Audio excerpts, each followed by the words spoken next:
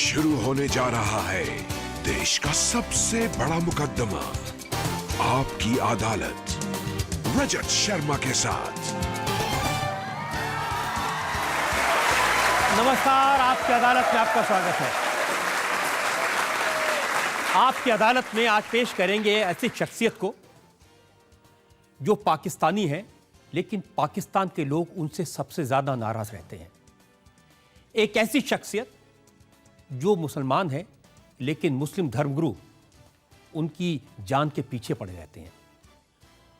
वो कनाडा में रहते हैं, लेकिन हिंदुस्तान में बहुत पॉपुलर है। अपने बयानों से, अपने कारनामों से हमेशा चर्चा में बने रहते हैं। Please welcome writer and thinker, लेखक और विचारक तारिक फतेह।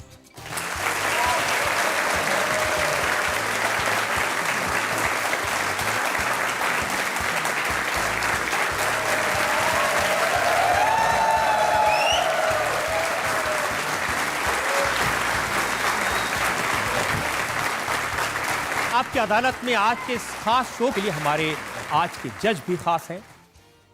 जाने माने शायर मुनव्वर राना,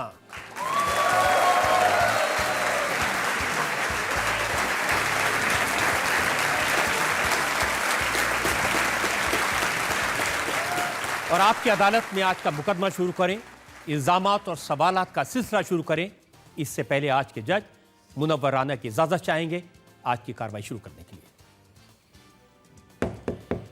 कार्रवाई शुरू की जाए। और इससे पहले कि मैं इल्जाम लगाऊं, सफाई मांगूं तारिक फतेह साहब से, एक नजर डालेंगे तारिक फतेह के जर्नलिस्टिक और पॉलिटिकल करियर। ऑथर और थिंकर तारिक फतेह के अपने शब्दों में, तारिक फतेह एक इंडियन हैं जो पाकिस्तान में पैदा हुए, एक पंजाबी हैं जिसने इस्लाम में जन्म लिया, कनाडा में एक इमिग्रेंट हैं जो मुस्लिम समाज को जगाने का काम करते हैं। तारिक फतेह कहते हैं कि वो एक मुस्लिम हैं जिसके पुरखे हिंदू थे। तारिक फतेह पाकिस्तान के क्रिटिक हैं। उनकी स्पीचेस पर पाकिस्तान में पाबंदी है। 1960 और 1970 के दशकों में तारिक फतेह को पाकिस्तान में जेल जाना पड़ा था। 1977 में तारिक फतेह पर पाकिस्तान में देशद्रोह का चार्ज लगा था। 10 साल सऊदी अरब में रहने के बाद तारिक फतेह कनाडा में बस गए। कनाडा में तारिक फतेह कॉलम और किताबें लिखते हैं, एक टॉक शो करते हैं, अपने बयानों से चर्चा में बने रहते हैं। भारत में तारिक फतेह काफी पॉपुलर हैं क्योंकि वो पाकिस्तान के सबसे बड़े आलोचक हैं। आपकी अदालत में तारिक फतेह अपनी पैरवी खुद करेंगे। तो मुकदमा शुरू होता है। आपकी अदालत में पहला इल्जाम तारिक फतेह पर। आपकी अदालत में राइटर और कमेंटेटर तारिक फतेह पर इल्जाम है कि पाकिस्तान की नजर में ये इंडिया के एजेंट हैं। अब तारिक साहब, आप पाकिस्तान में पैदा हुए, वहाँ की मिट्टी में खेले, वहाँ पढ़े बड़े हुए, लेकिन हर बात पे, और ये इल्ज़ाम मेरा नहीं है, पाकिस्तान के लोगों का है, हर बात पे आप पाकिस्तान के बारे में कुछ न कुछ कमेंट करते हैं। अब देखिए, रिसेंटली इंडियन आर्मी ने पाकिस्तान में जाकर के सर्जिकल स्ट्राइक्स किए, पूरा पाकिस्तान शॉक्ड है, लेकिन आप ताली बजा रहे हैं, आप कह रहे हैं वाह बड़ा अच्छा किया। मैं आपको करेक्ट कर लूं कि हिंदुस्तान ने पाकिस्तान पे हमला नहीं किया, हिंदुस्तान ने उस सरजमीन पे हमला किया जिस पे पाकिस्तान ने ऑक्यूपेशन की हुई है। हिंदुस्तान का इलाका गिलगित बल्तिस्तान का है।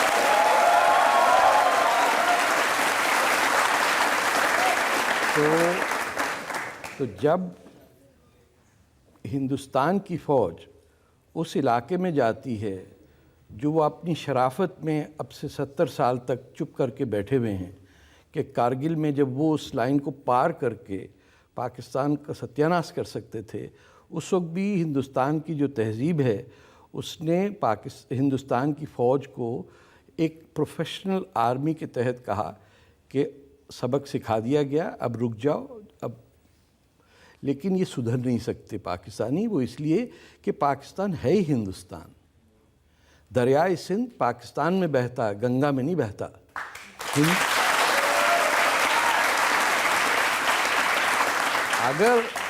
अगर बरतानिया और बरतानिया के एजेंट सूअर के गोश्त खाने वाले मोहम्मद अली जिन्ना शराबी, जो अपनी दोस्त की बेटी 16 साली बेटी को लेके भाग गया, उसे अगर कुछ लोग कायदे आज़म कहते हैं, इसमें मेरा कसूर नहीं है। आपने बर्दाश्त कर लिया क्योंकि उसके सूट अच्छे थे। हम क्यों बर्दाश्त करें? हम तो नहीं पैदा हुआ। हमारी तो मजबूरी थी कि हमें हमारे वालिद और दादा और परदादा और परनाना, जो 5000 साल से हम हिंदुस्तानी हैं, आपने बॉर्डर की लाइन खींच दी और कह दिया कि अब तुम पाकिस्तानी हो। पाकिस्तान किस चीज़ का? पाक क्या चीज़ है?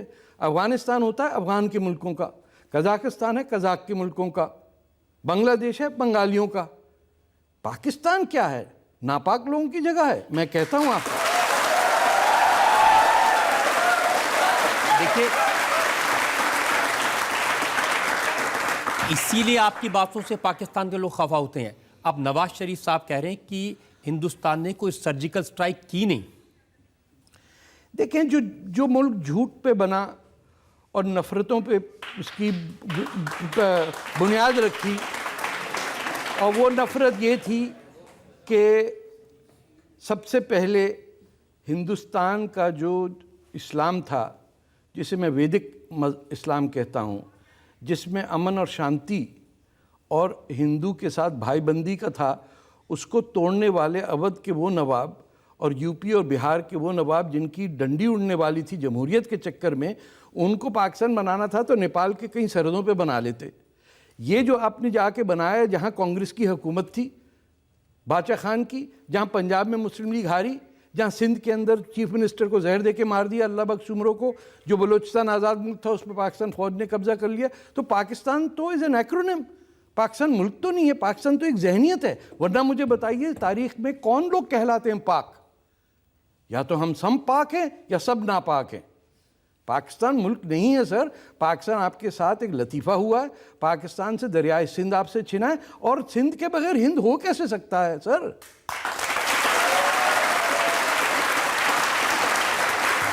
तो आप ये कह रहे हैं कि ये जो सर्जिकल स्ट्राइक किया ये बिल्कुल सही था और थोड़ा और अंदर जाना चाहिए था? नहीं, मैं समझता हूँ, देखें, आखिर मुल्क भी चलाना होता है, हिकमत भी कोई चीज़ होती है, समझदारी भी है। एक तरीका हो सकता है कि आप मनमोहन सिंह बन जाएं, कि आपको अपना गांव याद आता रहे कि मेरा पिंड बड़ा चंगा सी। दूसरा आप होंगे कि लोग कहेंगे चाय वाला आदमी प्राइम मिनिस्टर कैसे बन गया, उसने बना के दिखा दी कि चाय कैसे बनती है और मुल्क कैसे बनता है। तो मैं, पाकिस्तान में दो शरीफ हैं, नवाज शरीफ और राहिल शरीफ, और उनकी शराफत को भी आप नहीं मान रहे? देखिए, मैं दोनों शरीफों को बता दूं। एक वाकई शरीफ है, क्योंकि वो तो फैक्ट्री चलाने वाला, बिरयानी खाने वाला, निहारी खेलने वाला क्रिकेटर था। उसको कौन लेके आया? जनरल ज़ियाउल हक। वो अमीरुल मोमिनीन बनना चाहता था। इनके अपना कुछ भी नहीं है। पूरा पाकिस्तान की दौलत लेके ये पंजाब में अपना बना रहे। इनको पता है पाकिस्तान टूटने वाला है, इसीलिए तमाम पाकिस्तान की दौलत इन्वेस्ट होती है पंजाब में। रोड, रेलवे लाइन, बड़े बड़े महल, अमन की आशा की तमाशा वाली आंटियां जो आती हैं यहाँ पे, ये सब पंजाब कर रहा। आपके यहाँ कौन सा आ गया?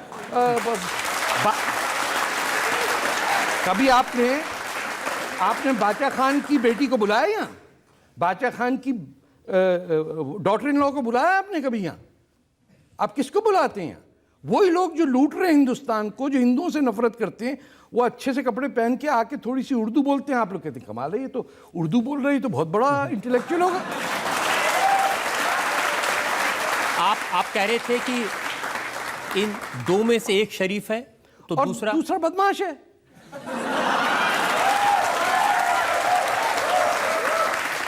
मतलब एक आदमी जिसका जो कमांडर इन चीफ आर्मी का है, वो प्राइम मिनिस्टर को कह रहा इधर आ जा बे, वो आ जाता है। तो कहता है सर की करना है? बोला खड़े होकर 3 दफा उठक बैठक लगाओ। कहते उठक बैठक लगाऊंगा। सर नौकरी से नहीं निकालना सर, बड़ी मुश्किल से प्राइम मिनिस्टर बनाओ सर प्लीज।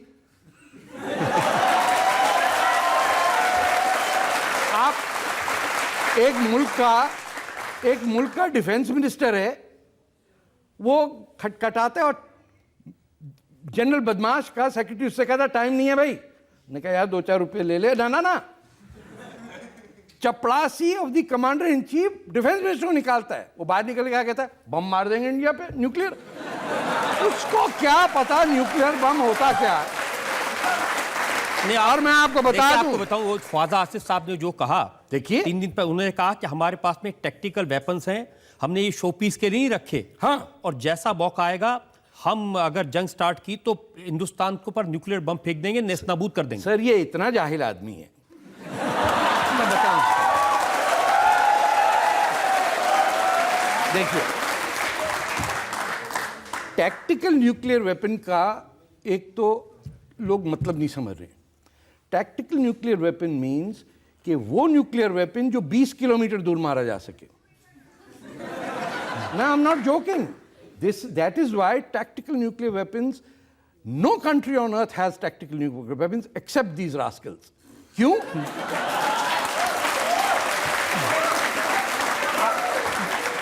या तो इसको पता नहीं है कुछ और ये अपनी जमीनों की वजह से डिफेंस मिनिस्टर बना, या हमारी बदनसीबी के हमारे पड़ोस में इस किस्म के पागलखाना बना हुआ है कि just imagine what he's saying, we can use it. But he can use it on his own territory, sir. He is saying that we will bomb Pakistan. कि अगर इंडिया की फौज आई तो हम अपनी जमीन, इंडिया की फौज का भूटान जाएगी तो मारेंगे। इंडिया की फौज अगर घुसी पाकिस्तान में, कश्मीर तो हम ले ही लेंगे, पाकिस्तान में घुसी तो हम पाकिस्तान को मारेंगे।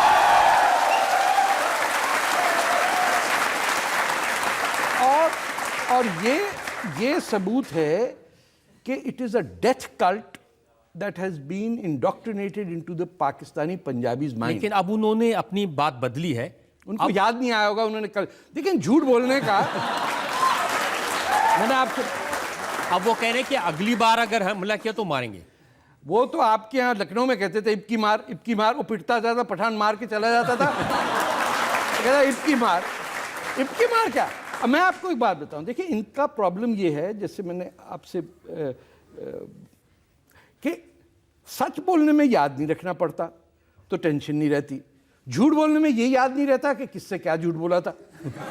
तो अगर उसने राइटर्स को एक बात की तो वो तो गोरा समझ रहा है, एएफपी वाला भी वही है, सारे गोरे एक ही जैसे लगते हैं बेवकूफ़ों को, तो उसको ये याद नहीं कि किस शख्स से क्या झूठ बोला था।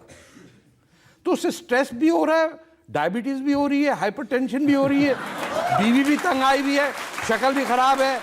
तो आप क्या कहेंगे, ये बेवकूफ़ी की बातें हैं, टैक्टिकल वेपन्स। लेकिन अब मैंने देखा इमरान खान मैदान में आए हैं, उन्होंने कहा कि नवाज शरीफ से कुछ नहीं संभलेगा, मैं बताऊंगा इंडिया को कैसे ठीक करना। अरे साहब, जाके किसी से इश्क लड़ाएं या क्रिकेट खेलें, किस चक्कर में आए?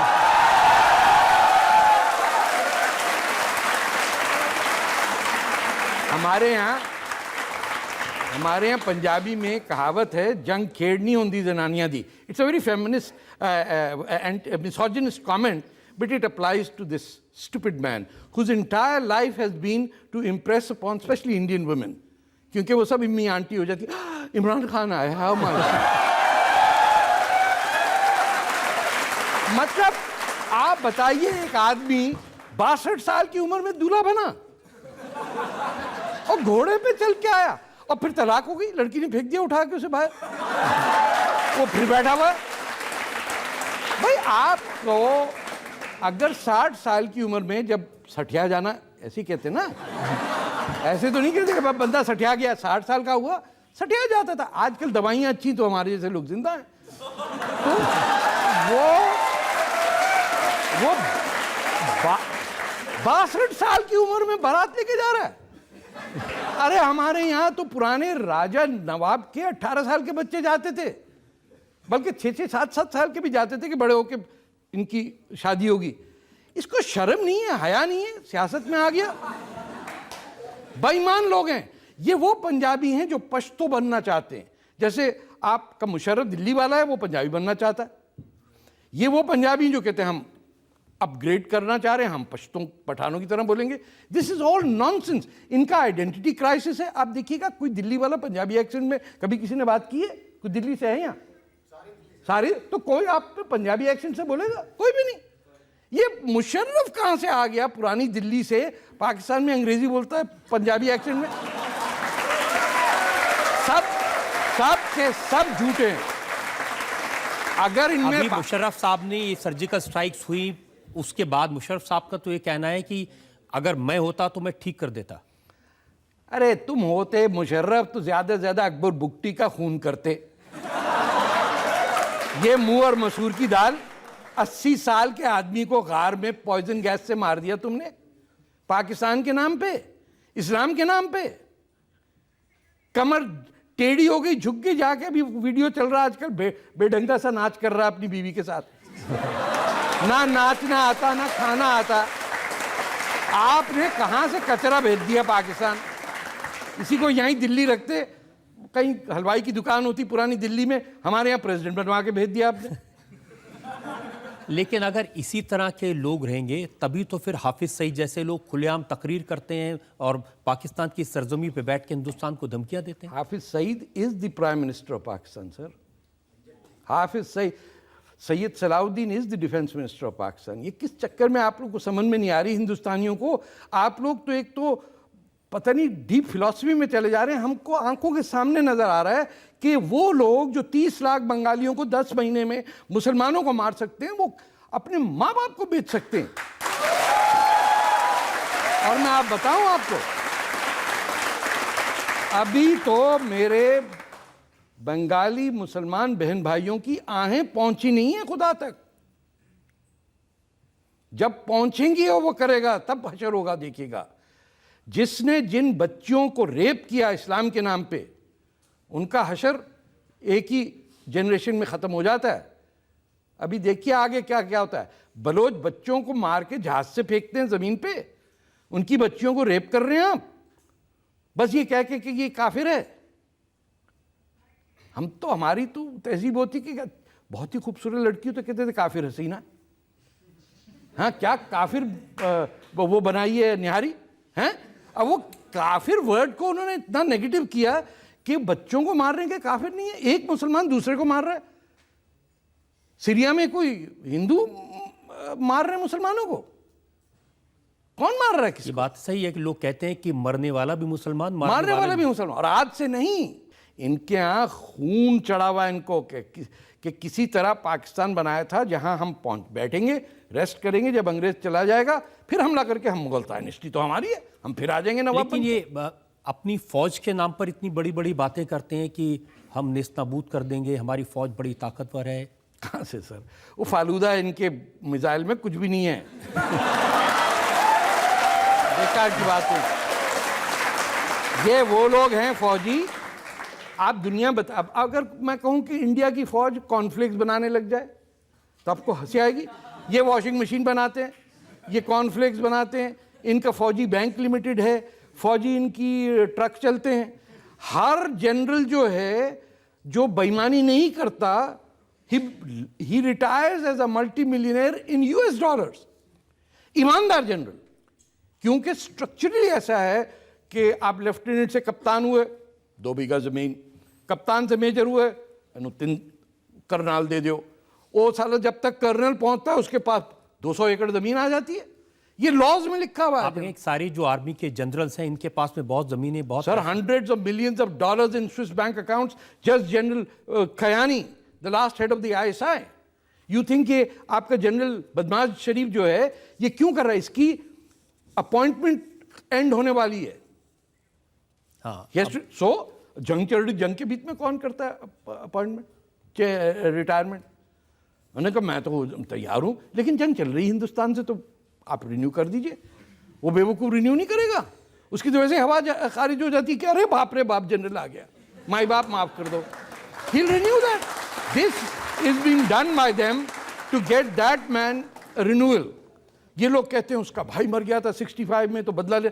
नहीं भैया, ये पाकिस्तानी पंजाबी जनरल, इनको सिर्फ US डॉलर नजर आता है। ये पाउंड स्टर्लिंग में भी खुश नहीं होते।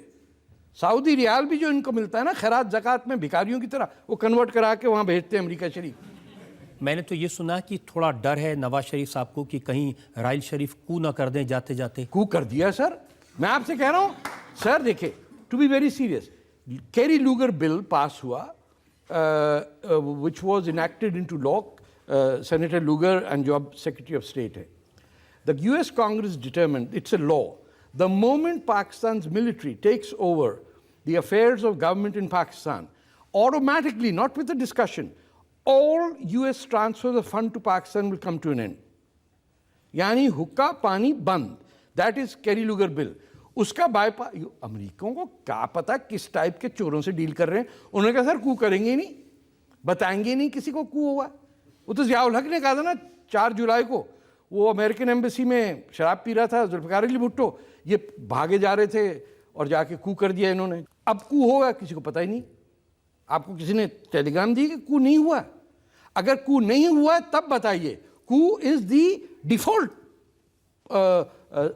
State of affairs. कराची में दुनिया का 8वां बड़ा शहर, पाकिस्तान फौज आप ही यूपीसीपी के महाजरों को कत्लेआम कर रही है. 200 बच्चा गायब है, डेड. कराची का मेयर पिछले 3 महीने से जेल में. आपने खबर सुनी कभी टाइम्स ऑफ इंडिया कहीं? किसको पीड़ी नहीं है इस बात की.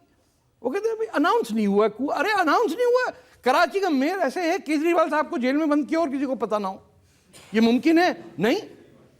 आप ढूंढ रहे हैं कि वो कि लाहौर है पाकिस्तान. लेकिन हमारे प्रधानमंत्री तो कोशिश कर रहे थे नवाज शरीफ साहब से दोस्ती करने की, उनको यहाँ बुलाया, उनके यहाँ चाय पर गए. देखें, कभी तो चोर को ले जाना पड़ता है ना, to prove the point. Prime minister Modi has played his cards well. उन्होंने कहा कि भाई हम आपके तरफ हमेशा से, हर प्राइम मिनिस्टर ने गुडविल शो की है. जवाहरलाल नेहरू ने, इवन शास्त्री साहब ने, बाद में इंदिरा गांधी ने तो सब कुछ जीत के लुटा के दे दिया पाकिस्तान को 90,000 फौजी. इंडिया की पॉलिसी है to contain any tension with Pakistan and grow economically through the trade routes to Afghanistan and all that. Pakistan की डिफ़ॉल्ट पॉलिसी है कि दिल्ली पे फिर से कब्ज़ा और मुग़ल सल्तनत हम बनाएंगे, और वो हाथ में लोटा मुंह में पान लेके रहेंगे पाकिस्तान. सारे भाई लोग फिर दिल्ली की तरफ चलेंगे और राज करेंगे. और मियाँ आपको तो पता है कि एक मुसलमान 10 हिंदुओं को मार देता है यूं ही करके, चटाक करके. उसी में हर पाकिस्तानी पंजाबी बिलीव करता. फिर पिट के आ जाता, कहता यार ये किस गलत किस्म का हिंदू मिल गया होगा तुम्हें. उन्हें कहा नहीं भाई वो तो पारसी था, मानिक शाह. अच्छा वो कौन? अच्छा वो सिख था. अरे वो हिंदू था ही नहीं कोई वहाँ इस पाकिस्तान में. लेकिन 3 बार जंग में हारे तो भी समझ नहीं आई. याददाश्त कमजोर है ना. आपकी अदालत में आज हम मुकदमा चला रहे हैं तारिक फतेह पर. आपकी अदालत में अगला इल्जाम. आपकी अदालत में राइटर और कमेंटेटर तारिक फतेह पर इल्जाम है कि इन्हें पाकिस्तान फोबिया है. अब ये भी इल्जाम पाकिस्तान के लोगों का, मेरा नहीं है. वो कहते हैं कि बहुत नाराज हैं आपसे, आप हर बात में, और वो हमने उसका नज़ारा देख भी लिया कि कैसे आप पाकिस्तान को ठहस करते हैं. आप एक जगह आपने कहा कि पाकिस्तान गटर है. नाम है गटर पाकिस्तान. देखें, पाकिस्तान का आधा हिस्सा तो बलूचिस्तान है. उससे मेरे सारी ज़िंदगी का वास्ता. 1967 से मैं उसकी आज़ादी के लिए अपने बलूच भाइयों के साथ लड़ रहा हूँ. मेरे कई दोस्त उसमें मरे, कई मेरे दोस्त मुक्ति वाहिनी में मरे जो बांग्लादेश की आज़ादी. तो बांग्लादेश की आज़ादी में मैं था, which was 60% Pakistan population wise. तो मैं तो प्रो पाकिस्तान हुआ ना. Balochistan which is 48% of the territory of Pakistan, I am in favour of them. Sindhu देश की मूवमेंट में मैं उनके साथ हूँ. That is another 20% of Pakistan. Karachi का मेयर मेरा जिगरी यार है. कराची को मैं कहता हूँ कि उसके साथ जो ज़्यादती हुई, तो मेरा इशू ये पाकिस्तानियों से नहीं है. मैं इनको पाकिस्तानी कहता नहीं हूँ. नहीं, आप कहते हैं मैं पाकिस्तानी हूँ, लेकिन आप कहते हैं नहीं, कि मैं नहीं कहता. मैं कहता हूँ I am an Indian born in Pakistan. मैं अपने आप को पाकिस्तानी नहीं कहता हूँ. 1965 की जंग की मैंने कहा I am not a Pakistani, I am a Punjabi, I am a Muslim. लेकिन आप ये आई भी एम एन तो- Indian, I am not a Pak, there is no such thing as Pakistan. लेकिन तारिक साहब, आप ये भी तो कहते हैं ना कि पाकिस्तान पूरी दुनिया में आतंकवाद को, टेररिज्म को, दहशतगर्दी को एक्सपोर्ट करता है। तो इसमें कोई शक है क्या? देखिए, मैं इसको क्लैरिफाई करूं।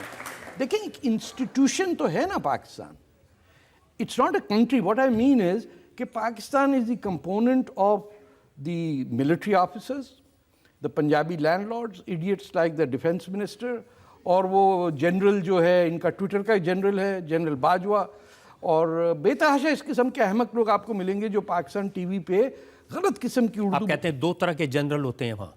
विस्की जनरल और मुल्ला जनरल। देखिए,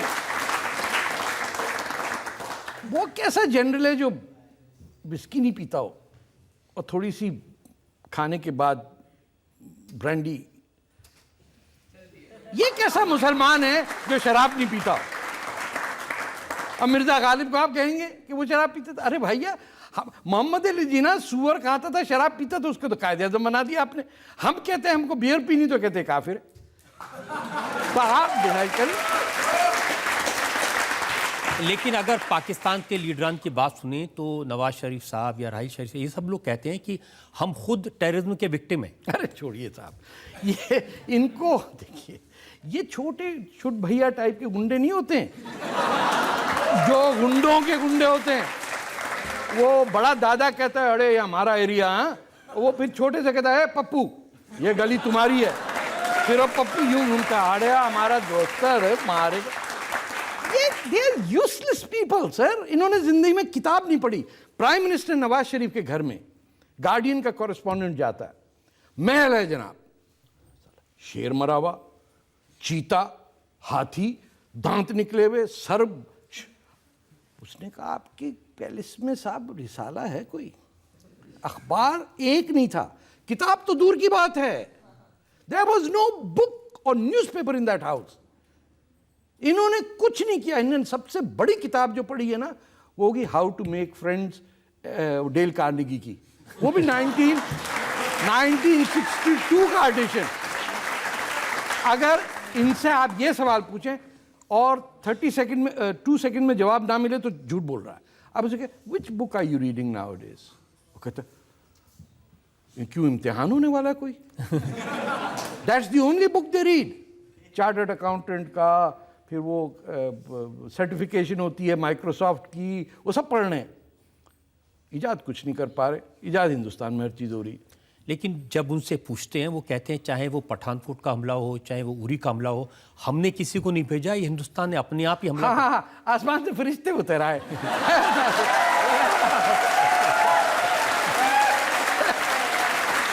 वो कह रहे हैं असी कुछ नहीं किया, आप ही उतों आ गया कोई। ये कोई बात हुई? कुछ स्टूपिड समझा हुआ हम लोगों को।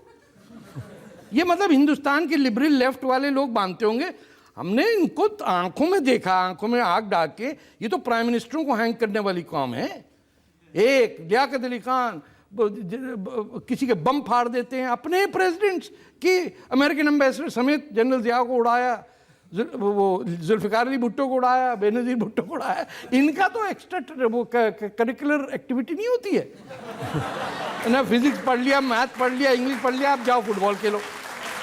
ये एक्स्ट्रा करिकुलर एक्टिविटी में मार रहे हैं आजकल। अब देखिए, बांग्लादेश से 90,000 कैदी आए, इंदिरा गांधी ने तोहफा दे दिया। इन्होंने क्या किया उन 90,000 लोगों? उन्होंने कहा जाओ यार, उन्होंने कहा सर सानू लोग मारने ने असी की करिए। उन्होंने कहा सर 2 साल से बैठे इंडिया ने कोई हमें पिस्तौल नहीं चलाने दी। उन्होंने कहा अच्छा सबको सब बलूचिस्तान भेज दो। 73 में the same murderers of Bangladesh started killing इन बलूचिस्तान। जो 73 to 75 वहाँ वॉर हुई। आप बलूचिस्तान की बात करें ना, लेकिन पाकिस्तान की सरकार कहती है कि बलूचिस्तान में तो इंडियन की इंटेलिजेंस एजेंसी रॉ वाले सब कुछ गड़बड़ कर रहे हैं। करें क्यों? वो तो इंडिपेंडेंट कंट्री है, उनकी मर्जी है। आपने ऑक्यूपाई किया ना। मोहम्मद अली जिन्ना ने 90 पाउंड अपना वजन सोने का तराजू में बैठ के बुड्ढे ने दिए कि 1936 में तुमको आज़ादी चाहिए Kalat as an independent state. उसने कहा हाँ सर, तो मेरा वजन जो है उतना सोना दे दो मुझे। ये उस गरीब लोगों का 90 पाउंड 24 कैरेट गोल्ड खाने वाला आदमी फिर अपनी बहन को कहता है 10 मिलियन रुपए का वो दो, हीरे जवाहरात का। बहन भाई दोनों लूट के ले गए। Balochistan was an independent state by the Cripps Commission on August 4th, 1947, before India and Pakistan. जब ये सब हो गया तो उसने कहा अब आपको मैं फौज भेज रहा हूँ इन्वेट करने को। उसने कहा सर आप तो हमारे वकील थे। उसने कहा वो तो आपका वकील था, अब मैं गवर्नर जनरल हूँ। तो he is the first person who ordered the invasion of an independent country. तो वाकई में बलूचिस्तान में इतने हालात ख़राब हैं जैसे बताते हैं लोग? सर उससे ज़्यादा ख़राब है। मैं आपको बताऊं, मेरे अपने और ऐसे कि मेरे एज ग्रुप का कोई बलोच अब एक्टिव नहीं है, क्योंकि आपके नवासे को उठा के ले जाए, आप पहाड़ों में लड़ रहे हैं, आपकी बीवी को उठा के ले जाए, बोले अब 2 आदमियों ने आज रेप किया, आप नहीं आए तो 2 और करेंगे, तो आ जाइए आप सरेंडर करने। वो जैसे ही आते उसको शूट करके मार देते हैं, वो फिर रेप कैंप में चली जाती लड़की। तो जो बांग्लादेश में किया पाकिस्तान फौज ने, आज वो बलूचिस्तान में कर रही, क्योंकि पाकिस्तान की फौज और कुछ कर ही नहीं सकती। लेकिन ये बताइए कि पाकिस्तान के लोग इतने आपसे क्यों नफरत करने लगे हैं? नहीं करते सर, पंजाबी मुसलमान करता है और वो उसको करना भी चाहिए, क्योंकि I am from them, I know the truth, और मुझे सच बोलने की आदत है। उनको झूठ सहने की वो आदत पड़ गई। या इसलिए कि वहां पर 2-2 बार जेल में रखा आपको? नहीं, मुझे जेल तो कराची में था, फिर मच बलूचिस्तान में था, उससे पंजाब का कोई ताल्लुक नहीं। पंजाब के पे इल्ज़ाम ये है कि ये वाहिद दुनिया के 400 नेशनैलिटीज़ में, 200 मुल्क और 200 और माइनॉरिटी ग्रुप्स में, it's the only people who band their own language. Punjab के एक स्कूल में पंजाबी नहीं पढ़ाई जाती। पंजाब के मिडिल क्लास के फैमिलीज शर्मिंदा रहती हैं कि उनका बच्चा किसी के सामने पंजाबी बात ना कर ले। मुझे ये पता चला कि जब आपको कैंसर था, आप हॉस्पिटल में थे, तो दुआ पढ़ी जा रही थी कि ये जिंदा ना बचें। हाँ, वेबसाइट थी, उस पर आप क्लिक करें तो वो अरबी में एक दुआ आती थी कि या अल्लाह इस मोटे से आदमी को उठा ले। अच्छा, मैंने कहा कि भाई वो कर रहे हो, वो सुन नहीं रहा है, वो ऊपर वाला is an long leave of absence. नहीं, भगवान का बहुत बहुत शुक्र है कि आप ना हमारे साथ है सर। वो इस मामले में भगवान हमारे साथ है, क्योंकि अगर उनके साथ होता तो मैं मर चुका होता।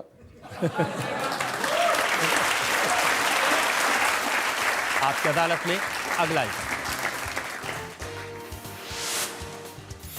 आपकी अदालत में राइटर और कमेंटेटर तारिक फतेह पर इल्जाम है कि ये जहां जाते हैं वहां माहौल खराब करते हैं। अब देखिए, अब तक तो मैं आपको पाकिस्तान के इल्जामात बता रहा था, वहां के लोगों की शिकायतें बता रहा था।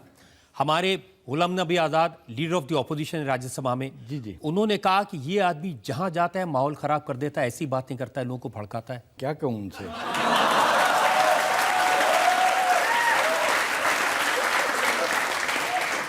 नहीं, लेकिन उनकी ये बात तो सही है। आप तो कहते हैं कि जो हिंदुस्तान के जो मुसलमान हैं वो ISIS के खिलाफ खुलकर आवाज़ नहीं उठाते। ISIS के खिलाफ नहीं, हिंदुस्तान के मुसलमानों पे मुझे ये गिला है कि वो दुनिया की सबसे आज़ाद मुल्क में रहते हुए जो हिंदुस्तान की प्रोग्रेस है, मैं चाहता हूँ कि ये भी उसी तरह जैसे फरीद ज़करिया हैं या सलमान रुश्दी हैं, हिंदुस्तान के मुसलमानों में आगे आके नज़र आ रहे हैं। एक रिवाज निकला है कि अब सबको बुर्का पहना दो, और जब माएँ बुर्कों में बंद रहती हैं तो उनके बच्चे भी उतना ही विटामिन D डिफिशिएंसी में रहते हैं। वो कवानीन जो सऊदी अरेबिया की तेल की वजह से हिंदुस्तान पहुँचे हैं, जो उनके मौलवियों को तनख्वाहें मिल रही हैं, जो पैसा आ रहा है बाहर से, उससे हमारे मुसलमान, हिंदुस्तान के मुसलमान जो अरूज पे पहुंच सकते हैं, क्योंकि they are not the deprived class. ये तो रूलिंग क्लास है। 800-900 साल मुसलमान ने यहाँ हुकूमत की, को हम दलितों की बात नहीं कर रहे। तो वो अपने ही हाथों में क्यों जंजीरें डाल रहे हैं? इसलिए कि जो लोग उनको सिखाने वाले हैं, अब जाकिर नायक हैं जी, बहुत फॉलोइंग है उनकी। बताइए, आप उनके बारे में कहते हैं कि इनकी शक्ल ठीक नहीं है, कपड़े ठीक नहीं है। नहीं, मतलब अच्छी शक्ल है, उन्होंने खुद खराब की हुई है। मुझे इस पर एतराज़ है। मैं ये कहता हूँ कि अल्लाह ताला ने आपको इजाज़त दी कि दाढ़ी और मूछें रखें। ये जो मूछें उड़ाई हुई हैं मुसलमानों ने, ये सलफ़ी इस्लाम का इशारा है। ये जिहादी ताकतों का ताल्लुक़ है इससे, जो हिंदुस्तान में अभी लोग समझे नहीं है। जिसकी मूछ नहीं है और दाढ़ी है, तब समझ लें कि यहाँ गड़बड़ है। देखिए क्या फर्क पड़ता है, क्योंकि वो मूंछ फ्लैग है, दाढ़ी नहीं है। नहीं, मैं बता रहा इन हूँ चीजों ना, आप कभी कपड़ों पर कमेंट करते हैं? मैं बताऊंगा ना आपको कि अगर आप नाटसी झंडा सर पे पहनेंगे तो आपको लोग नाटसी कहेंगे ना। तो अगर आप इख्वानुल मुस्लिमीन का हिजाब, जिसका हिंदुस्तान से कोई ताल्लुक नहीं, हमारे यहाँ दुपट्टा है, मुसलमान क्या है, हिंदू सिख भी दुपट्टा पहनते हैं पंजाब में, I have no problem, it's beautiful dress. लेकिन जब से अरबों के पास तेल आया, हिंदुस्तान में जो पूरी आज़ादी की मूवमेंट में मुसलमान औरतें मेवत और इधर उधर से बाहर निकल के आ रही थी, और आप देखिए 1950s में क्या उनकी पार्टिसिपेशन थी, अब क्या होता जा रहा है। अब आए दिन तो इल्जाम लग जाता है। देखिए आप कौन होते हैं तय करने वाले, कौन कैसे कपड़े पहनेगा, कौन कैसी दाढ़ी रखेगा? मैं बताता हूं आपको। जब कोई सुसाइड करने वाला है तो आप क्या कहेंगे? You have a choice to jump और नॉट टू जंप।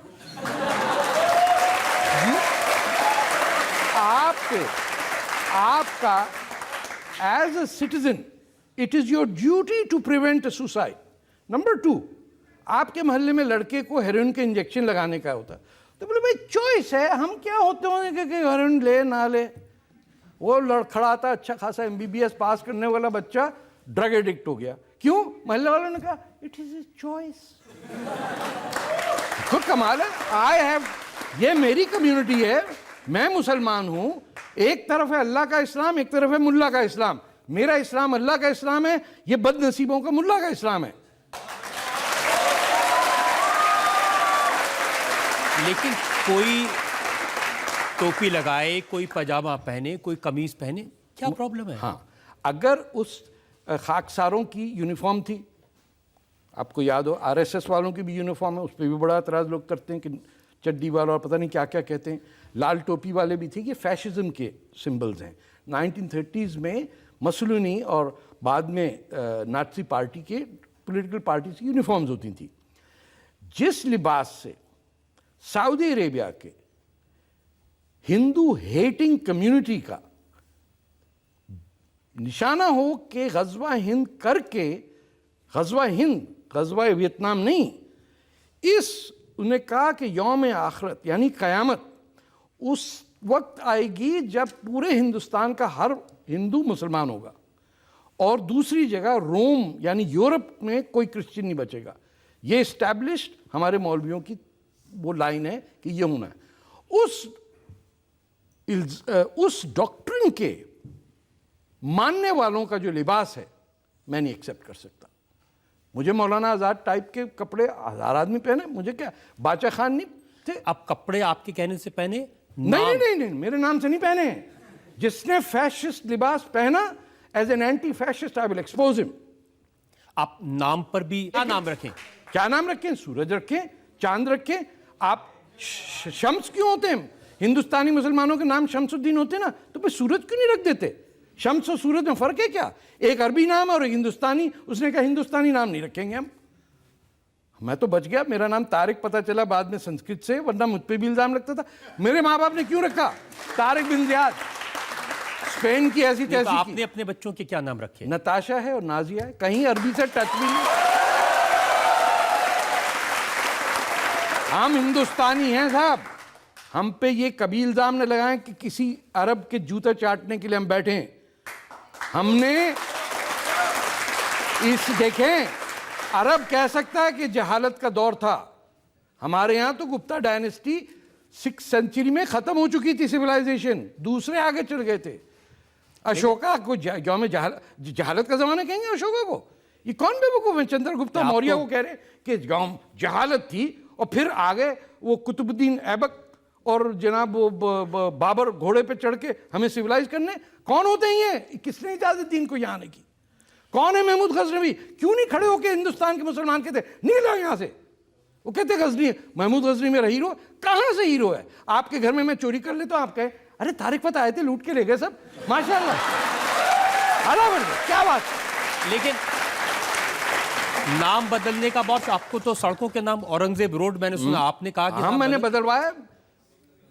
मैंने अल्लाह ताला से दुआ मांगी कि इस मनहूस आदमी का, जिसका नाम औरंगजेब था, जिसने अपने बाप को मारा, भाई को मारा, बेटे को मारा, बहन को उठा के रेड फोर्ट से, जहां मोदी साहब ने तकरीर की, बहन को गर्दन से उठा के फेंक दिया कि तुम्हारा इश्क एक नॉन रॉयल्टी से हुआ कैसे। जिन लोगों को कत्ल की सजा होनी चाहिए थी, फांसी पर टंगना चाहिए था इस्लामिक शरिया लॉ के तहत, उसको आपने कह दिया रज़िया औरंगजेब। अरे साहब, चड्डियां सीता था, उससे 2-2 रुपए हासिल। इतना झूठ।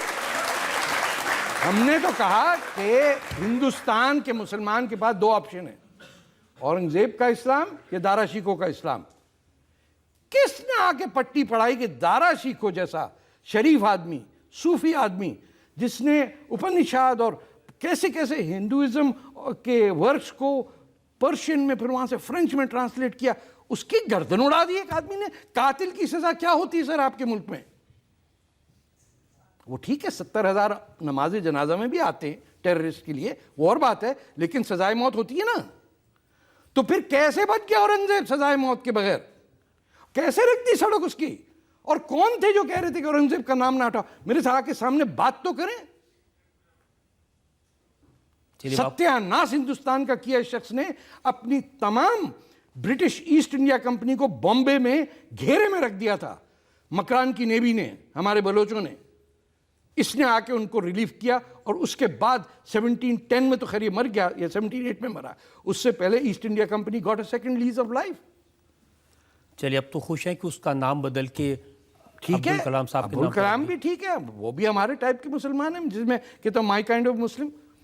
ये तामिल वामिल, ये सब सर ये हिंदुस्तानी मुसलमान हैं, हम अरब नहीं हैं। हमें माफ कर दीजिए, हमारा कोई ताल्लुक नहीं है। हमारे माँ बाप पढ़ पाते सब 5000 साल से, पता नहीं हिंदू वर्ड होता भी नहीं होगा, लेकिन जो भी धर्म था उससे चले आ रहे। हम तो मोहनजोदारो की औलाद हैं सर। हमें अब 5000 साल पहले हम शहर बना रहे, और वो आगे पट्टी पढ़ा रहा है कि नहीं साहब 7वीं सदी से पहले जहालत थी दुनिया में। अरे भैया नहीं थी, तुझे पता नहीं है कि यहाँ क्या कुछ होता है? पहाड़ों के अंदर काट के मंदिर बना दिए हमने।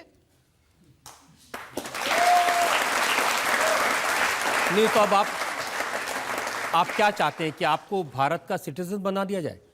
बन जाए तो ठीक है, वरना मैं अदनान सामी से तो बेहतर गाता हूं।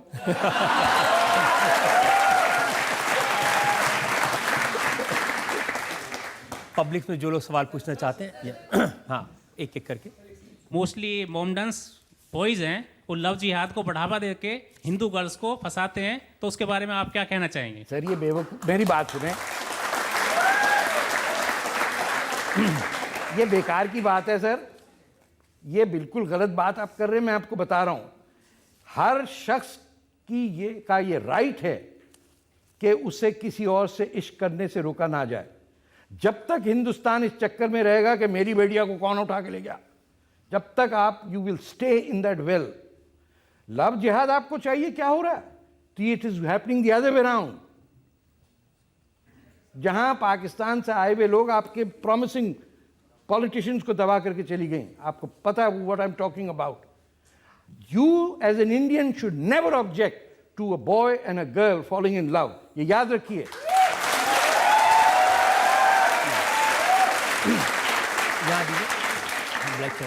सर मेरा सवाल है कि पूरी दुनिया आतंकवाद से त्रस्त है और पाकिस्तान भी आतंकवाद से त्रस्त है। पाकिस्तानी अपने आतंकवाद को खत्म नहीं कर पा रहे, इसलिए पाकिस्तान में जनमत संग्रह करवा के पाकिस्तान को हिंदुस्तान में मिला दिया जाए।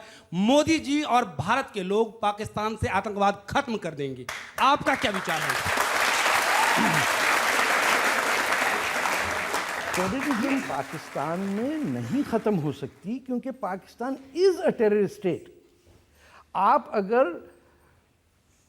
मतलब फिएट की फैक्ट्री में सिर्फ फिएट बन सकती, मर्सिडीज नहीं बन सकती। चाहता हूं कि अब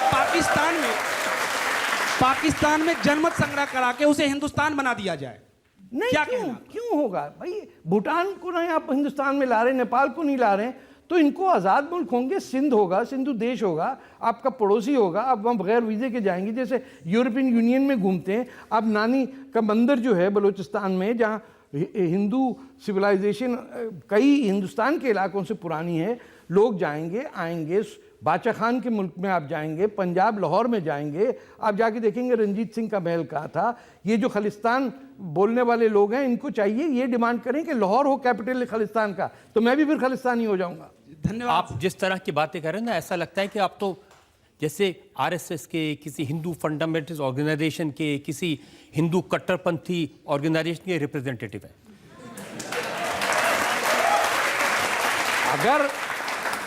अगर सच बोलने का मतलब है कि मैं हिंदू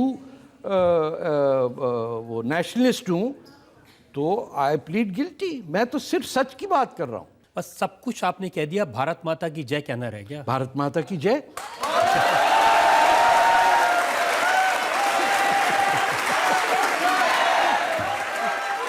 आपकी अदालत में आज हमारे मेहमान हैं तारिक फतेह। आपकी अदालत में अगला इंसान। आपकी अदालत में राइटर और कमेंटेटर तारिक फतेह पर इल्जाम है कि ये पब्लिसिटी के लिए बेसिर पैर की बातें करते हैं। अब देखिए, ये सब लोग कहते हैं, हाँ कुछ भी आप कह देते हैं। अभी नाम बदलने की बात की, कपड़े बदलने की बात की। आप कहते हैं कि भारत अकेला ऐसा मुल्क है जहां पर मुसलमान खुल के सांस ले सकते हैं। क्यों गलत कह रहा हूं क्या मैं? क्या सऊदी अरेबिया, मुझे बताइए, कजाकिस्तान में ले सकते हैं? नहीं। तुर्की में आपने देख लिया? नहीं। ईरान के आयतुल्ला को देख लिया? वो बोल ही नहीं सकते। सऊदी अरेबिया में, कतर में, इजिप्ट में, मोरक्को में, एक बेचारा इंडोनेशिया में से हमारा बचा हुआ, वहाँ भी भेज रहे हैं पैसे अपने मौलवियों को भेज के तबलीगी जमात जारी तबाह करने। वरना इंडोनेशिया, वो भी देखिए उसमें इंडो लगा हुआ है साथ।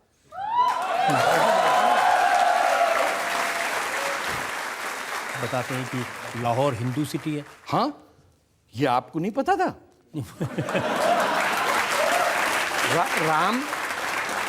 राम के बेटे लव, या प्रोनाउंसिएशन में नहीं, केश और लव, कुश और लव, तो ये लाहौर और कसूर हैं।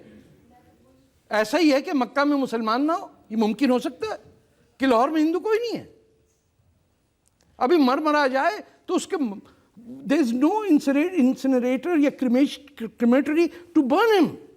पाकिस्तान के हिंदुओं को दफन करना पड़ रहा है। आप लोग सो रहे हैं बैठे, इंडिया राइजिंग, इंडिया शाइनिंग।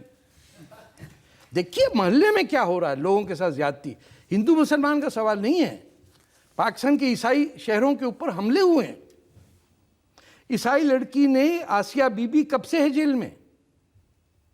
आज 7-8 साल हो गए ना। उसको जब गवर्नर गया बचाने के लिए, उसको शूट कर दिया उसके बॉडीगार्ड ने। आप किस किस चीज पे आप खामोश रहेंगे सर? यह आपके मोहल्ले में हो रहा है।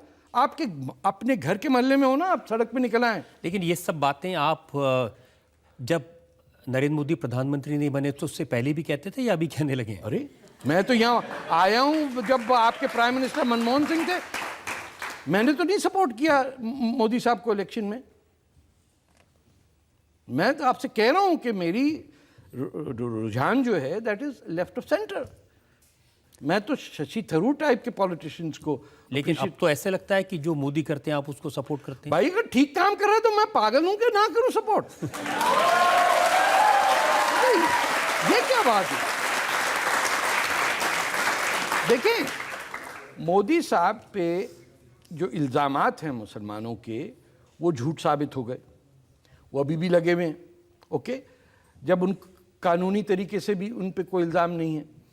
जब वो ये कह रहे हैं कि गुजरात में उस ट्रेजेडी के बाद राइट बंद हो गया मुसलमानों के अगेंस्ट, जो हर साल सीजन होता था, एक दोनों तरफ के दादागिर निकलते थे, दंगा, जिन लोगों का काम ही दंगा फसाद था, वहाँ इकोनॉमी ठीक होती है तो दंगे फसाद ही चले जाते हैं।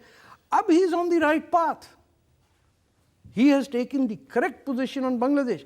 आप देखिए कौन इंडियन प्राइम मिनिस्टर जाके बांग्लादेश में, जो इंडिया का सबसे क्लोजेस्ट एलाय है, लेकिन 90% of Indian don't like Bangladeshi. क्यों? कोई गवर्नमेंट की पॉलिसी नहीं है कि हाउ टू अकोमोडेट एक मुस्लिम कंट्री जिसका कॉन्स्टिट्यूशन सेकुलरिज्म बिलीव करता है। 52 कंट्रीज में से एक है, बहादुर प्राइम मिनिस्टर, खटाखट मर्डरर्स को उसने टांग के रख दिया, जो किसी में दम नहीं है वो कर रही है. He went there to consolidate the ties that India has in liberating and giving Bangladesh the rightful place in history. He did the right thing. और कितने साल हो गए उनको सर? यहाँ तो कुछ प्राइम मिनिस्टर थे तो 15-15, 20-20 साल रहे, कुछ भी नहीं हुआ. पूरा आपका एजुकेशन सिस्टम तबाह कर दिया क्योंकि आपके बच्चे किसी को हिस्ट्री का नहीं पता. मैं आपके JNU में गया हूँ, post graduate south Asian studies में स्टूडेंट को बलूचिस्तान का नहीं पता था. ये किस टाइप का ग्रेजुएट निकल रहा है वहां से? JNU के स्टूडेंट्स को ये सरकार देशद्रोही कह दे, उन पर इल्जाम लगा दे, तो ये अच्छी बात है? नहीं, वो गलत बात है. वो कुनैया तो इन्हीं ने बनाया है, बीजेपी ने बनाया है. ये तो जब आप पागल हो जाएं और गाय के बेसिस पे पूरी मूवमेंट चलाएंगे तो पागलपना हो जाएगा. बट ये मोदी साहब कर रहे हैं क्या? उनके भाई वो तो बड़ा खेल खेल रहे हैं. देखिए, एक तो टीम नहीं है, एक ये भी फैक्टर होता है एडजस्ट करने में. और माशाल्लाह आपकी ब्यूरोक्रेसी सर, क्या बात है. हर फाइल के ऊपर 5000 फाइलें, तो एक फाइल निकले पता नहीं 7 आदमी निकलते हैं फाइलों के साथ. आप कोई सरकारी काम करके, आपको पता है वीज़ा इंडिया का लेना कितना मुश्किल है? इसलिए नहीं पता क्योंकि इंडिया का सिटीजन वीज़ा लेता नहीं है. तो उनको क्या पड़ी है कि जो नॉन इंडियन है वो मर जाता है वीज़ा लेते लेते, रोने लग जाता है कि क्या आपको मुश्किल होती है वीज़ा लेने में? मेरा वीज़ा 15-20 दिन रुका रहा साहब. यहाँ तो लोग कहते हैं कि आपको रॉ पैसे देती है, वो आपका वीज़ा करवा देगी. मुझे आज एक टाटा वालों ने दिया है, वो रॉ का कोई नया आया है, वो परफ्यूम. मैं उसको पता नहीं कहाँ, ये जेब में है साहब. मैंने कहा ये आइडेंटिटी कार्ड मैं कहूँगा मेरा रॉ. मैंने हाँ, वो मुंह पे कहते, मैं कहता हूँ हाँ. रोज आता है ट्रक और रुपयों से भरा हुआ, उसमें 2-2 भक्ति साथ आते हैं. और बीवी से कहते हैं नरगिस बीवी पैसा आया, गराज खोलो. वो खोलती हैं और वो लेके भर भर के अंदर डालते हैं. मजा कर रहे हैं. तुमको बड़ी पीड़ है, तुम भी रॉ ज्वाइन कर लो. तुम तो वैसे बिकाऊ माल है, पूरा मुल्क तुम्हारा भीख पे चलता है. चीन का पैसा, अमेरिका का पैसा, सऊदी अरब का पैसा, कतर का पैसा, दुबई का पैसा. तो जो फकीर हैं वो दूसरे को तो ना कहें कि यार तू क्यों भीख मांग रहा. आज जनता चलो सवाल पूछना चाहते हैं. सर, एक तरफ आप बोलते हैं कि मैं एक इंडियन हूँ पाकिस्तान के अंदर, और दूसरी तरफ आप ये भी कहते हैं कि इंडिया में हर मुसलमान को सांस लेने की इजाज़त है. और फिर आप सर इतना कुछ कहते हैं तो आप यहाँ की सिटीजनशिप क्यों नहीं मांगते? भाई देखें, लड़की ने सवाल सही किया. मैं आपको You will not believe it that there is no law to apply for citizenship. वो बरमदार मुक्ति को इंडिया में असाइलम देने का कानून नहीं मिल रहा इंडिया को. भाई इसको कैसे लेके आए? ये भी हमारी एक, क्योंकि नॉन इंडियन को तो ये अफेक्ट नहीं करता ना, तो इंडियन सब खुश हैं. लेकिन जो यहाँ पनाह लेने आता है वो कहाँ जाए? वो काठमांडू में बैठा हुआ है. वहाँ पाकिस्तानियों ने इनको पॉइजन किया है इनके खानों में. People who are now getting, Sindhi nationalist are getting medical treatment over here with mercury poisoning done in Kathmandu by ISI. तो आप जिस दिन मुझे रास्ता बता दें, आई विल अप्लाई. मैंने तो प्राइम मिनिस्टर से कहा, वो पूछ रहे थे कि कैंसर कैसे हो. मैंने कहा सर मैं अदनान सामी से बेहतर गाता हूँ, मुझे बताइए, रास्ता बता दीजिए. I would take Indian citizenship. आप कहें मैं आके यहाँ सेटल डाउन भी हो जाऊंगा. मेरे पास 5-6 साल और बाकी हैं. फ्रंट फुट पे खेलेंगे. 9 नंबर का खिलाड़ी तो मारता है वैसे ही. आपको ISI से डर नहीं लगता? अब क्या डरेंगे सर, 67 के हो गए, अब डरना क्या है? मतलब 25 साल का आदमी हो तो बोले यार बड़े होके डॉक्टर बनना था, साले ISI ने मार दिया. अब मैं क्या बनूं? बड़े होके मैं क्या बनूंगा? तो मारना जिसको मार ले. हम भी पंजाबी हैं, ऐसी बात नहीं है, हम असली पंजाबी हैं. आप सर अभी आपने बोला कि आप अदनान सामी से बेहतर गाते हो. सर प्लीज 2 लाइन सुना दीजिए. अरे यार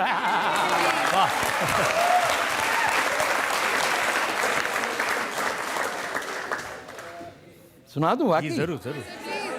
ये मैंने अपनी बीवी के लिए गाया था. और ये 19 अर्ली 70s में। ये आप चला भी देंगे टीवी पे? जरूर। Oh my God. अच्छा गा दें? बाकी खड़े होके गाना चाहते हैं प्लीज गाइए। माइक वाइक दो यार, ताकि हम ऐसे लगे अदनान साहब।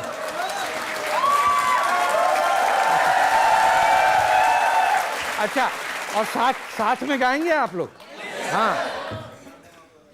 ओ मेरे दिल के चैन आए मेरे दिल को दुआ कीजिए, ओ मेरे।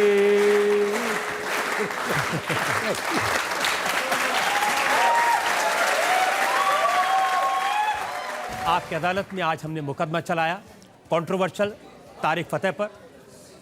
हमने उनसे पूछा पाकिस्तान के लोग उनसे इतनी ज़्यादा नफरत क्यों करते हैं, इतने नाराज़ क्यों रहते हैं। हमने उनसे पूछा उनके कंट्रोवर्शियल बयानों के बारे में, उनकी ज़िंदगी के बारे में, और ये भी पूछा कि क्या उनको डर नहीं लगता वो ऐसी बातें करते हैं। तारिक फतेह ने जैसा उनका तरीका है हर सवाल का बेबाकी से जवाब दिया। अब वक्त है आपकी अदालत में आज के जज जाने माने शायर मुनव्वर राना के फैसले का।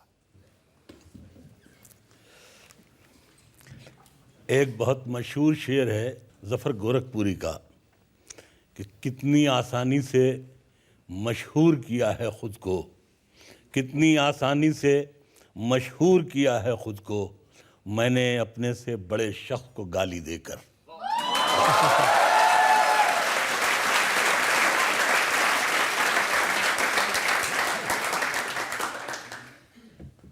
ये अदालत है, जहांगीर का दरबार नहीं।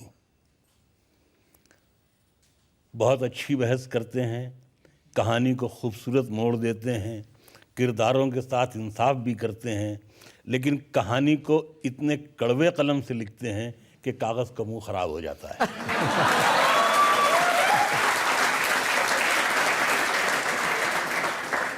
संजीदगी से अचानक हंसी की तरफ आ जाते हैं। आपकी अदालत से ज़्यादा आपको लाफ्टर शो में शरीक होना चाहिए।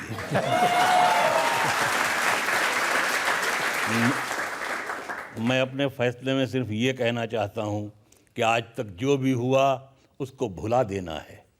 आज से तय है कि दुश्मन को दुआ देना है। आ मेरे यार फिर एक बार गले से लग जा, फिर कभी देखेंगे क्या लेना है क्या देना है।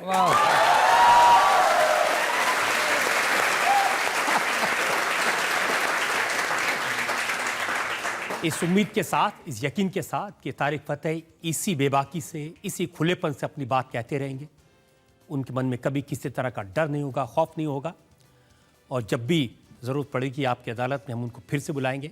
आज का मुकदमा यहीं ख़त्म करते हैं। अगले सप्ताह आपसे मुलाकात होगी एक नई शख्सियत के साथ।